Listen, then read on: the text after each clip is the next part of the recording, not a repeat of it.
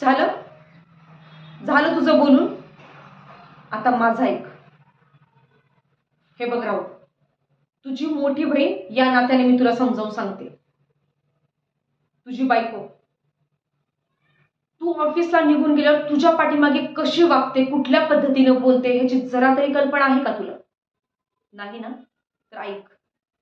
आज दुपारीच माझ्या स्वतःच्या डोळ्यांनी मी पाहिले, आई वहिनीला फक्त भाजी कशी करायची एवढं सांगण्याचा प्रयत्न करत होती, तर ती थेट आईच्या अंगावर ओरडून गेली आणि म्हणते, ए बाई, तू आमच्या संसारात लुडबुड करू नकोस.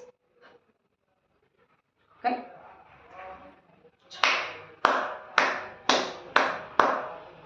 छान राहुल, खूप कमी वेळेत बायकोचा गुलाम झालास रे तू. तुझ्याकडून यापेक्षा नव्हती मला. अरे दिवसभर तिच्या पुढं पुढं करत असते आई, आणि तरी पण ही तिला एखाद्या मोलकरणीसारखी वागणूक देते. आणि आई तिचं सगळं बोलणं सहन करते आणि आणि स्वतःच्याच घरात खाली मान घालून रडत उभी राहते. अरे रडत उभी राहते का? का तर फक्त तुझा संसार मोडू नये म्हणून राहुल, तुझा संसार मोडू नये म्हणून. आणि तू तू म्हणतोस आई खोटं बोलते.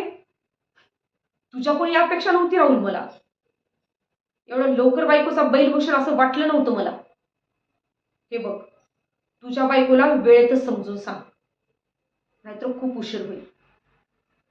राहुल राहुल, अरे ऐकून तरी घे.